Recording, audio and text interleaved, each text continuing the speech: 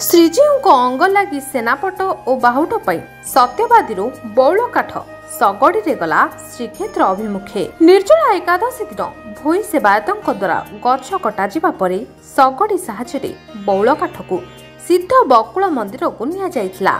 संकीर्तन हुलहुली रे भक्तिमय परिवेश सृष्टि होइथिला सत्यवादी अंचल रे। सेथिपई श्रीमंदिर प्रशासन पक्षरु 3 ରୁ 4 दिन पूर्व बौल काठ सत्यवादीर बकुल बनरू चिन्हट करा जायथिला। आज निर्जला एकादशी दिन भोई सेवायत माने बकुल बन रे पहुंचीबा परे चिन्हट होइथिबा बकुल गछ को पूजा अर्चना करिबा परे महाप्रभु को आज्ञामाल पाइबा परे गछ कटा जिबा परे सेवायत माने एमार मठ सगड़ी साहाय्य एहाकु सिद्ध बकुल मंदिर को अणा जायथिला।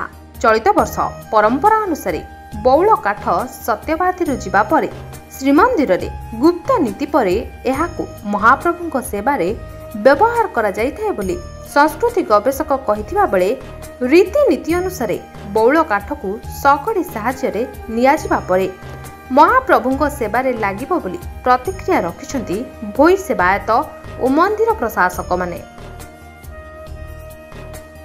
पुरीरू रमेश साहू को रिपोर्ट संभव टीवी ओडिया।